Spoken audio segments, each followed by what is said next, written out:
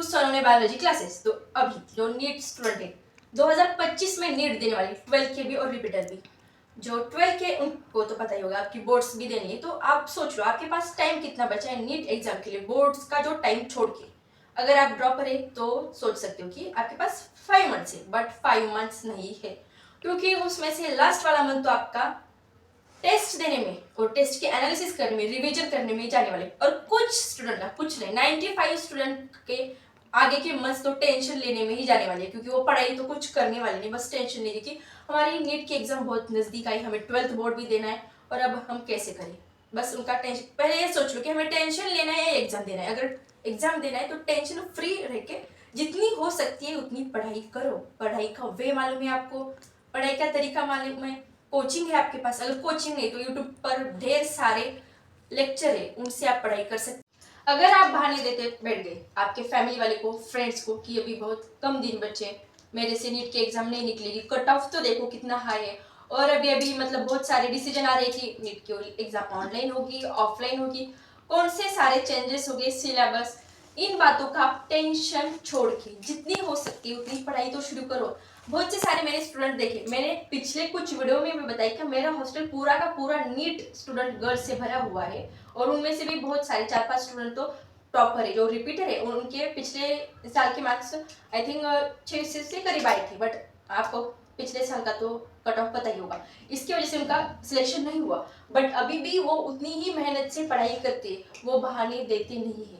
मैंने बोला ना, पूरा का पूरा hostel NEET student, NEET girls student से भरा हुआ है, और एक से बढ़कर एक होशियार स्टूडेंट है, और जो होशियार नहीं वो भी लगते मतलब पढ़ाई के लिए अपना टाइम देते हैं, रीडिंग रूम में जाते हैं, अपने डाउट सॉल्व करते हैं अपने कोचिंग क्लासेस में जाकर। आपको अगले साल रिपीट करना है, आपने ठान लिया है कि मुझे रिपीट करना है, नहीं बाबा मुझे एमसी जाना है तो मुझे रिपीट ही करना है, आपकी जैसी सोच। अगर आपने ये तय कर लिया है मुझे ड्रॉप ही लेना है, तो कम से कम घर वालों को मुंह दिखाने लायक, फ्रेंड्स को, अपने टीचर्स को, उनके मतलब हाँ मैं रिपीट करना है, मेरा इतना इतना स्कोर आया पिछले साल, इसके लायक तो आप मार्क्स ला सकते हो ना। अभी जिनके पास जीरो जीरो जीरो मतलब जो थोड़ा बहुत पढ़ ले, ऐसे नहीं, एकदम जीरो लेवल पे है, और वो चाहते कि हमारे हमारे मतलब कम से कम 400 मार्क तो सिक्योर हो जाए, या 400 से आगे भी, अभी भी टाइम है और हो सकता है 12th बोर्ड एग्जाम के साथ साथ मैं बोल रही हूँ। तो उनके लिए मैंने 10 पॉइंट्स निकाले, देखो, और अगर आपको लगता है रियली वर्क करते हैं 10 पॉइंट, तो इस पर वर्क करना शुरू कर दो। और अगर नहीं लगता कि मेरे एग्जाम कैसे भी करके निकल नहीं सकती, तो आप नीट की प्रिपरेशन ही छोड़ दो। 4 मंथ से क्यों वेस्ट कर रहे हो कि मैं नीट की स्टूडेंट हूँ, मैं नीट का स्टूडेंट हूँ कहने में, इससे अच्छा है मूव ऑन कर लो, नीट के एग्जाम मत दो। अगर करना चाहती हो तो पूरी शिद्दत से करो, मतलब तो हाँ, वो डायलॉग याद आ गया कि जिस कोशिश में शिद्दत ना हो वो कोशिश किस काम की। मतलब अब अगर आप कोशिश कर रहे हो, आप चाहती हो कि मेरे थोड़े बहुत तो मार्क्स आ जाए नीट के एग्जाम में, मतलब बहुत ज़्यादा स्टूडेंट होते हैं कि उनके 100 भी मार्क्स नहीं आते टेस्ट सीरीज में, उनके लिए मैं प्लान बता रही हूँ। अगर उससे भी ज़्यादा आते तो भी आप प्लान को फॉलो कर सकते हो। मैंने बोला ना, जिस कोशिश में शिद्दत नहीं वो कोशिश किस काम की नहीं है, छोड़ो बाकी का सारा और पॉइंट्स पे ध्यान दो। तो सबसे मेन पॉइंट क्या है, आपको क्या करना है, मैं उनके लिए बता रही हूँ जो टॉपर है, जिनके मार्क 500 से आगे आ रहे, 400 से आगे, उनके लिए नहीं है। फिर भी देख लो आपके मार्क बहुत ज़्यादा कम, लोएस्ट से भी लोएस्ट आ रहे, उनके लिए प्लान है। तो रेगुलर क्लास वो तो आप करके नहीं होगी, नहीं तो इतने बुरे मार्क्स आपके कभी आते नहीं। तो सबसे मेन इंपॉर्टेंट, अभी सिलेबस बहुत सारा आगे निकल चुका होगा अगर 12th के, क्योंकि वो बोर्ड के अकॉर्डिंग भी चलते हैं बहुत सारे कोचिंग के क्लासेस, क्योंकि उनको पता है बोर्ड के लिए भी छुट्टियां देनी पड़ती है। तो कम से कम आपका सिलेबस ऑलमोस्ट खत्म होने वाला है। तो क्या करो, यूट्यूब पर ढेर सारे लेक्चर अवेलेबल है, PWN एकेडमी, जो भी कोचिंग से करना है उस कोचिंग से करो, क्लास करो। वो नहीं हो रहा है तो वन शॉट तो देखो। Second point, quickly revise notes. अभी मैं शाम के बजे वीडियो शूट कर रही हूँ, अगर आप अपना वीडियो लेक्चर सुबह देख रही हो, सुबह देख लिया ना, फ्री बैठ रही हो, फ्री बैठते समय दूसरी पढ़ाई के बारे में मत सोचो, जो सुबह पढ़ा है उसी की ही रिवीजन क्विकली करो। क्या होता है, वो हमारी लॉन्ग टर्म मेमोरी में सेटल हो जाता है। फर्स्ट पॉइंट, रेगुलर क्लास नहीं कर सकते आप, तो वन शॉट जो यूट्यूब पर अवेलेबल है वो देख लो, और क्विकली रिवीजन। अभी 100 मार्क्स आ रहे तो बायोलॉजी फिजिक्स केमिस्ट्री तो आपकी ऐसी की तैसी होगी, फिजिक्स केमिस्ट्री में तो कुछ नहीं आते होंगे, 100 मार्क्स आते होंगे वो भी बायोलॉजी की बेस पे आती होंगी। तो सबसे main important, physics chemistry hard लग रही है ना, बिल्कुल नहीं यार, बट आप उसके लिए टाइम नहीं देती, लग रही है तो सबसे पहले क्या करो, बायोलॉजी की एनसीईआरटी पढ़ो। कुछ ना कुछ उसके लेक्चर तो किए ही होंगे आपने, मतलब क्या टॉपिक में बताया है, मतलब अब जब सेल का टॉपिक पढ़ते हो तो उसमें क्या बताया है, फिर बहुत सारे जैसे सर्कुलेटरी सिस्टम वगैरह ह्यूमन रिलेटेड टॉपिक है, उसमें आपके ऊपर ऊपर से पता होगा कि उस टॉपिक में क्या है, वो तो पता ही हो। तो याद नहीं आ रहा, उसका भी वन शॉट लेक्चर देखो और फिर क्या करना, बायोलॉजी की एनसीईआरटी जरूर से पढ़ना, और जो भी नोट्स आपने निकाले बायोलॉजी की वो नोट्स जरूर से पढ़ना। देन क्या करना है, चैप्टर पढ़ लिया तो हो गया, मेरा चैप्टर हो गया, बिल्कुल नहीं, उसकी चैप्टर वाइज क्वेश्चन प्रैक्टिस करो।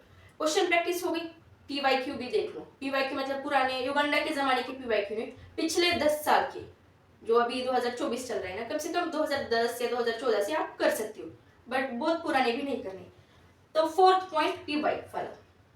फिफ्थ पॉइंट, बायोलॉजी पढ़ रहे हो ना आप, तो डायग्राम बेस्ड क्वेश्चन आते ही है, मतलब पिछले साल का पेपर उठा के देख लो कैसे कैसे क्वेश्चन आए थे, तो आपको एकदम से एनालिसिस हो जाएगा। तो डायग्राम बेस्ड क्वेश्चन बिल्कुल भी मत भूलना। मतलब डायग्राम बेस्ड क्वेश्चन क्या, उस डायग्राम में किस पार्ट को क्या नाम दिया है, वो डायग्राम, मतलब उससे सारे स्टूडेंट को डायग्राम तो याद रहती है, बट वो डायग्राम किस चीज की है वो भी नहीं पता। तो सबसे पहले वो डायग्राम कौन से चैप्टर से, उस डायग्राम का नाम क्या है, और डायग्राम में कौन से पार्ट को कौन सा नाम दिया है, ये जरूर से याद रखना।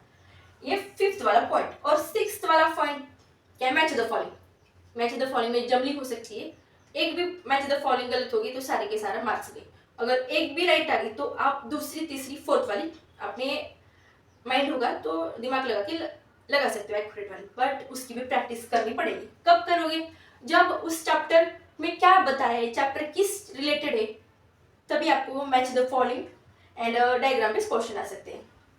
सेवेंथ पॉइंट क्या, असर्शन एंड रीजन। आपको वन स्टेटमेंट दिया जाता है, उसके नीचे रीजन, ऊपर वाला आंसर ठीक है या नीचे वाला फाल्स, मतलब बहुत ज्यादा जंबलिंग करते हैं। असर्शन ट्रू है, रीजन फाल्स है, रीजन ट्रू है, असर्शन फाल्स है, दोनों both are correct, both are incorrect, one are correct, two are incorrect, ऐसे बहुत जंबलिंग करते हैं। आपको ध्यान से पहले तो क्वेश्चन पढ़ना है, क्वेश्चन का मीनिंग आपको ध्यान में रखना है, फिर ऑप्शन देखना है।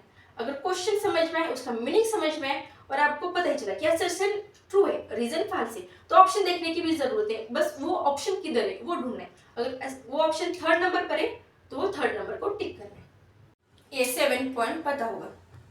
अब बहुत से सारे ऐसे स्टूडेंट, ऐसे व्यूअर्स आएंगे कि बोलेंगे नया क्या बता रही हो, ये तो पता ही है, पर कभी अप्लाई किया, पता है पर कभी अप्लाई किया, ये अप्लाई नहीं करती, इसके लिए तो आपके मार्क्स नहीं आते, बायोलॉजी जैसे सब्जेक्ट में भी नहीं आते।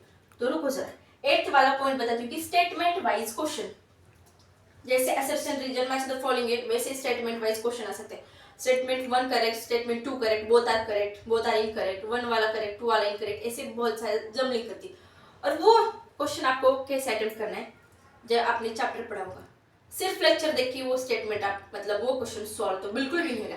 उसके लिए एनसीईआरटी कम से कम 10 बार आपको रटनी होगी। रटनी होगी मतलब क्या, रटना क्यों बोलते हैं हम, रटना मतलब हम वर्ड यूज नहीं करते क्योंकि हम नीट के स्टूडेंट हैं ना, तो वैसा नहीं। रटना मतलब आपने लेक्चर किए, फिर एनसीईआरटी पढ़ी, दूसरी बार एनसीईआरटी पढ़ी, फिर पीवाई की सॉल्व किए, क्वेश्चन सॉल्व किए। अभी भी आपको बहुत से ऐसे सारे डाउट होंगे जो सॉल्व नहीं होते, इसकी वजह से ध्यान देकर एक एक वर्ड को, एक एक स्टेटमेंट को ध्यान से पढ़ना, इसके लिए हम रटना कहते हैं। रटना मतलब कि ऐसे वाला नहीं, आपको ध्यान से पढ़ना है। 9 पॉइंट, अगर ये 8 पॉइंट करते हो और ये 9 पॉइंट को मिस करते हो तो इस 8 पॉइंट का कोई भी मतलब नहीं है। मैं फिर से बोल रही हूँ, अगर आप ये 8 पॉइंट डेली के डेली फॉलो करते हो और ये 9th वाला पॉइंट मिस करते हो तो उस 8 पॉइंट का कोई भी मतलब नहीं है। मतलब कि टेस्ट देना, मैंने 100% देना नहीं, 1000% आपको टेस्ट देना ही देना है। कब रोज उठ के टेस्ट देना है, सुबह उठ के बिल्कुल नहीं, वीकली टेस्ट। आपके अभी टाइम टेबल शुरू होगा आपके कोचिंग क्लासेस में, क्योंकि अभी प्रैक्टिस ज़्यादा करवाते हैं कोचिंग वाले, नीट के एग्जाम पास है ये, तो उनके अकॉर्डिंग या खुद के अकॉर्डिंग प्लान बनाओ और मुझे टेस्ट कैसे कैसे देनी है। बट आप डेली नहीं, आपको बस हफ्ते में 1 या मैक्सिमम हफ्ते में 2 टेस्ट दे सकते हो। और 9 पॉइंट होगा और 10 पॉइंट, जैसे मैंने बोला ये 8 पॉइंट करके और 9 पॉइंट नहीं किया तो मतलब नहीं, वैसे ये 9 पॉइंट किए और ये 10वां वाला पॉइंट नहीं किया तो उसका भी कोई मतलब नहीं। आपने टेस्ट दी, इतने तो मास्टर नहीं हुआ कि आपके सारे के सारे क्वेश्चन बराबर आ जाए, मतलब 720 out of 720 out of marks मिल जाए, नहीं, कम से कम आपको 300 भी मार्क्स मिल जाए तो मेहरबानी है। तो 10th वाला पॉइंट है टेस्ट को रटना, एनालिसिस करना। मैंने क्यों नहीं बोला टेस्ट को रटना, 100 मतलब 1000% उस पेपर आपने सुबह जाकर पेपर देकर आए और उस पेपर को अच्छे तरीके से छानना कि वो वाला क्वेश्चन किस कंसेप्ट पे, किस चैप्टर पे बेस है और उसका एक्यूरेट आंसर क्या है, उसमें यूनिट में जमलिंग हुई है या उसमें पॉइंट में जमलिंग हुई। फिजिक्स और केमिस्ट्री के बारे में ऐसा हो सकता है। बायोलॉजी में statement wise match the following एसेस एंड रीजन में क्वेश्चन गलत हो सकती है। तो इससे मेरा कहने का यही मतलब है, जितना टेस्ट देना इंपॉर्टेंट है उतना ही टेस्ट को रटना। टेस्ट को रटना मतलब वो एमसीक्यू के डायरेक्ट आंसर रट लेना नहीं, मतलब the assertion is and the both correct are, तो ऑप्शन नंबर 3 इज करेक्ट, तो वो रटना। ऐसा नहीं, उस क्वेश्चन, वो क्वेश्चन कौन सा दिया है, वो क्वेश्चन कौन से चैप्टर से, उस क्वेश्चन में क्या कंसेप्ट लगी है और उसको कैसे सॉल्व करते हैं। अगर उस क्वेश्चन के टाइप दूसरा क्वेश्चन अगली एग्जाम में, तो उस क्वेश्चन का आंसर मेरा कभी गलत नहीं होना चाहिए। इस तरीके से आप बायोलॉजी को हैंडल करोगे तो कम से कम आप बायोलॉजी में 300 से आगे जा सकती हो। ये हो गया आपको 300 से आगे जाने का प्लान। अगर फिजिक्स केमिस्ट्री में इंपॉर्टेंट चैप्टर उठाओगे, आपको यूट्यूब पर ढेर सारी वीडियो मिल जाएगी। अगर आपके टीचर ने भी बताई होगी कि कौन से इंपॉर्टेंट चैप्टर है हाई वेटेज वाले, बस वही टॉपिक करो और देखो आपका स्कोर ऑटोमेटिक 400 तक जाएगा, मतलब जाएगा। बट पहले बायोलॉजी को तो सुधारो, बायोलॉजी को सुधारोगे तब जाके फिजिक्स केमिस्ट्री को कुछ आएगा। तो मेन इंपॉर्टेंट पॉइंट बायोलॉजी को आपने ऐसे करोगे तो 300 प्लस जाने से आपको कोई नहीं रोक सकता। उसके बाद केमिस्ट्री एंड फिजिक्स में हाई वेटेज 4-5 टॉपिक उठाओ और उसको एकदम अच्छे तरीके से करो प्रॉपर, और आपको मैक्सिमम मिनिमम 400 मार्क्स तो डेफिनेटली आ सकते हैं, डेफिनेटली मतलब डेफिनेटली। तो मिलते हैं नेक्स्ट वीडियो में। अगर पढ़ाई करनी है तो आज से शुरू करो। तो ऑल द वेरी बेस्ट जो 2025 में नीट की एग्जाम देने वाले, साथ में बोर्ड भी जिनका है उनके लिए भी ऑल द वेरी बेस्ट। आपके प्रैक्टिकल एग्जाम, आपके असाइनमेंट और आपके थ्योरी पेपर शुरू होने वाले फरवरी से, आई थिंक फरवरी से ही शुरू होंगे, और 10th के भी बोर्ड्स फरवरी से ही शुरू है। तो दिन बहुत कम बचे, ठंडी का बहाना मत दो, बीमारी का बहाना मत दो। अगर हेल्थ को, जितनी पढ़ाई को इम्पोर्टेंट देते उतनी अपनी खुद की हेल्थ को इम्पोर्टेंट दो, तो आप बीमार बिल्कुल भी नहीं पड़ोगी और एक आपको फिटनेस रहेगी पढ़ाई करने के लिए। तो bye bye, take care, all the very best.